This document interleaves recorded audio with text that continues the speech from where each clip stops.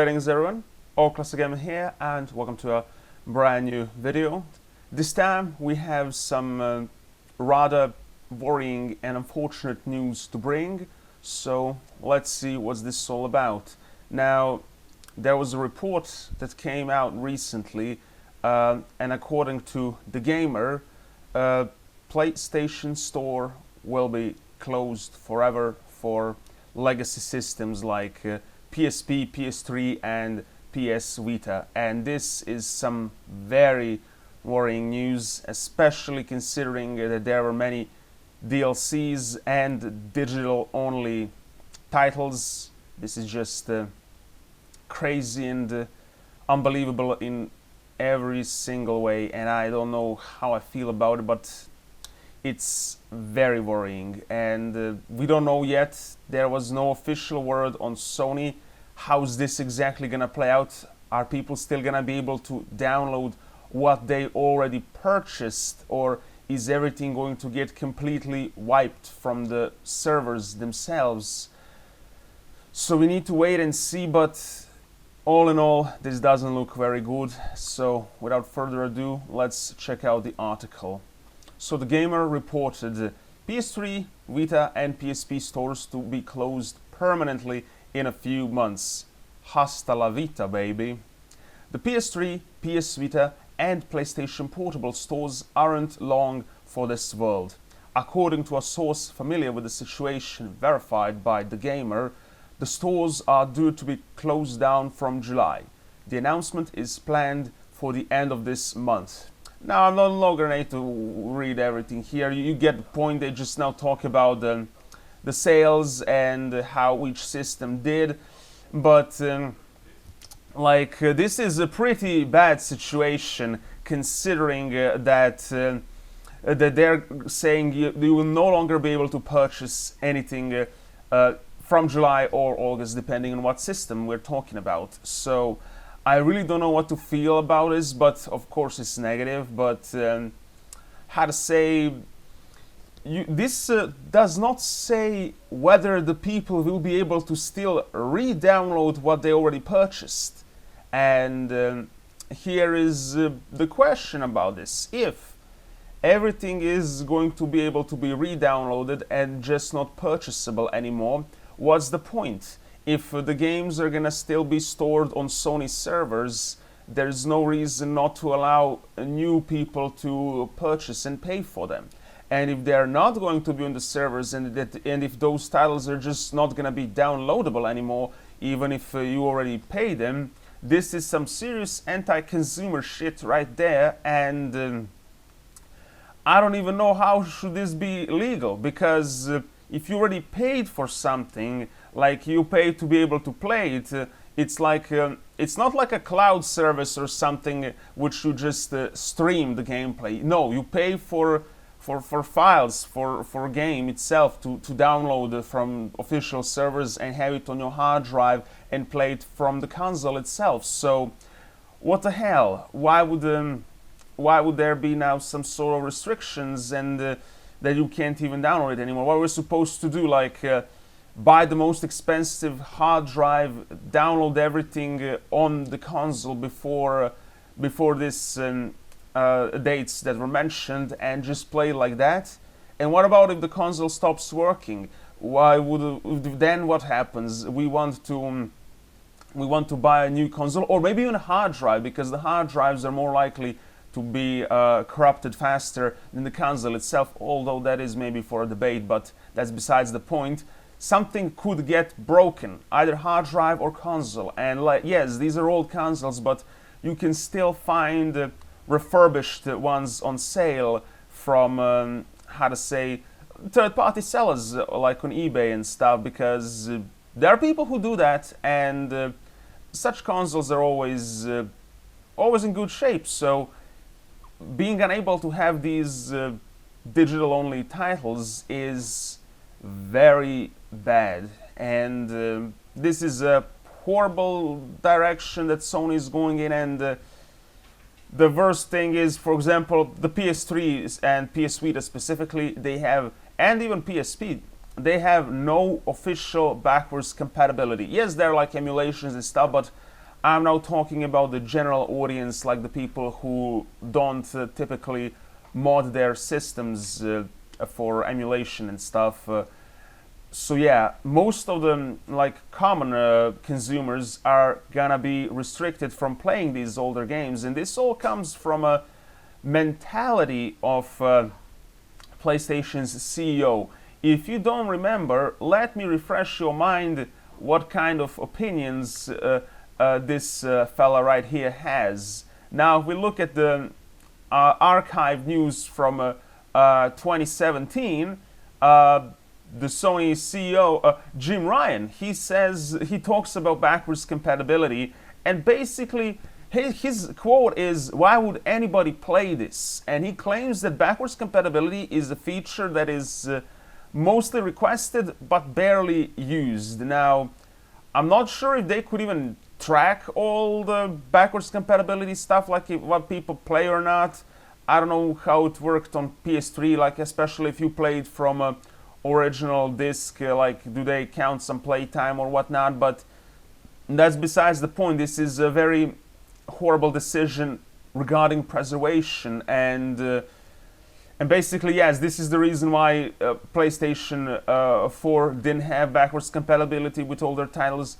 PlayStation 5 has backwards compatibility with PlayStation 4 titles, but this is mainly because the difference between PlayStation 4 and PlayStation 5 isn't that much drastic, and it's like a transition period, and they wanted to allow people to be able to play the enhanced versions of PlayStation 4 games on PlayStation 5, because many of those games just play better, and it's still relatively recent console, and yeah, it kind of fits into how the whole thing is going. But PlayStation 3 wasn't compatible with PlayStation 4 wasn't compatible with PlayStation 3 games because they just were too different, and Sony didn't want to invest in an emulator for those games. And like, here is the thing: what Jim Ryan said. He was like on some event for Gran Turismo, and he was like,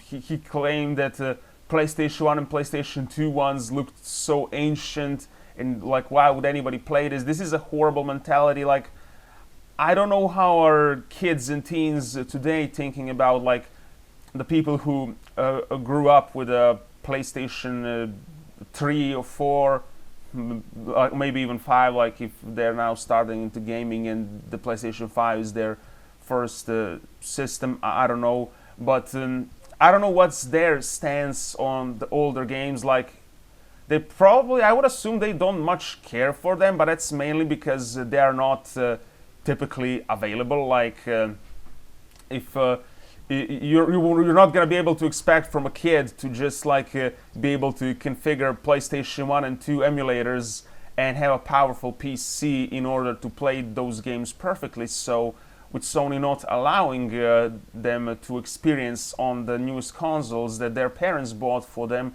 they're probably not gonna care much for those games. But that doesn't mean they wouldn't be interested in playing them if they were having a proper chance for that, if you know what I'm saying. So this is a very wrong mentality, and this is like especially horrible for preservation's sake, especially for extra content and DLC that is not even available on disc. Like, because many games they get a base game on disc and additional content digital only. So with these stores closing, you wouldn't be able to experience a game in its full potential, and only a base game from the disc. Like, for example, if you want to buy something, and no, you can't go on PlayStation Network, you gotta buy it second-hand on disc. You have a console in good condition, you will be able to play it, but only the base games. So this is a horrible preservation-wise. And now, here is what I want to say about a good quote from Gabe Newell. He talked about how piracy is a service problem, and this situation right here is proving this more than ever, because if we see a rampant increase in piracy for the legacy PlayStation consoles, this will be the reason. If you keep seeing more PlayStation 3 pirated download links, this will be the reason why.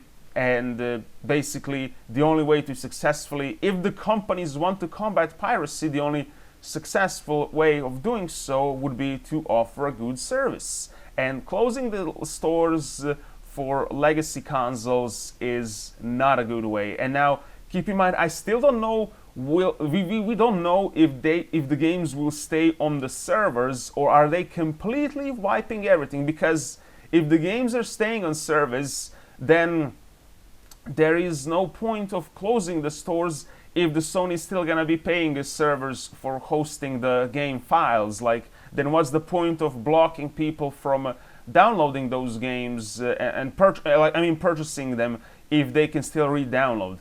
And if they're completely wiping everything, including the ability to download those games, because right now there is a trick to go on old design PlayStation Store on PC, and you can purchase games from PC still, and you could even potentially initiate a download on the console if you are logged on a PlayStation account.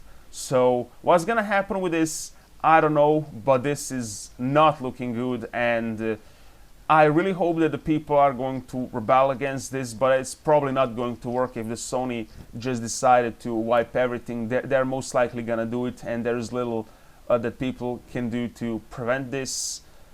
I don't know, there will have to be some massive boycotting of new products in order to make Sony realize how mad the consumers are, and I doubt such a massive boycott of new Sony products can happen, because, like I said, most people don't care for something they never had a chance to experience, and people who are starting with PlayStation 4 and PlayStation 5 and who don't care for older games, they're probably not gonna care much for this, because they're just, oh, I never played this game, I don't care, it's too old.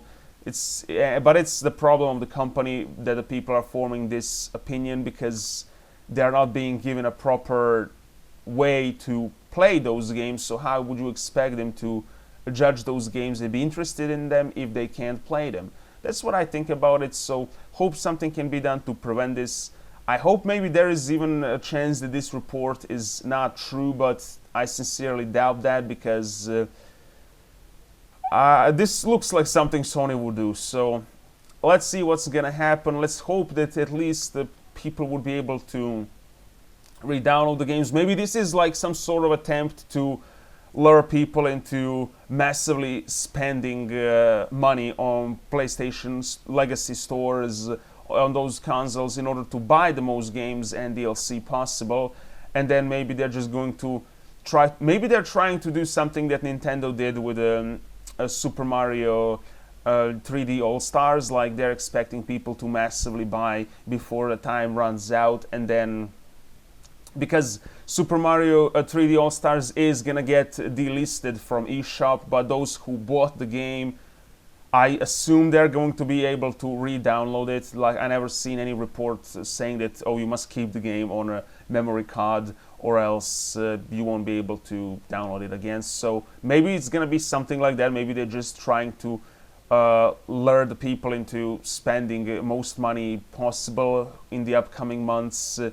If the people are having some games on their wish list that they're going to, oh, I gotta buy this as fast as possible, they're going to remove the ability to be purchased later on. So maybe they're counting on something like that, and maybe they're going to then keep those games. Maybe they're going to, I don't know what they're gonna do, but it's not looking good, and I don't like that. And this is the reason why piracy will continue to exist until the companies can provide a good preservation way for the older titles and not restrict the audience.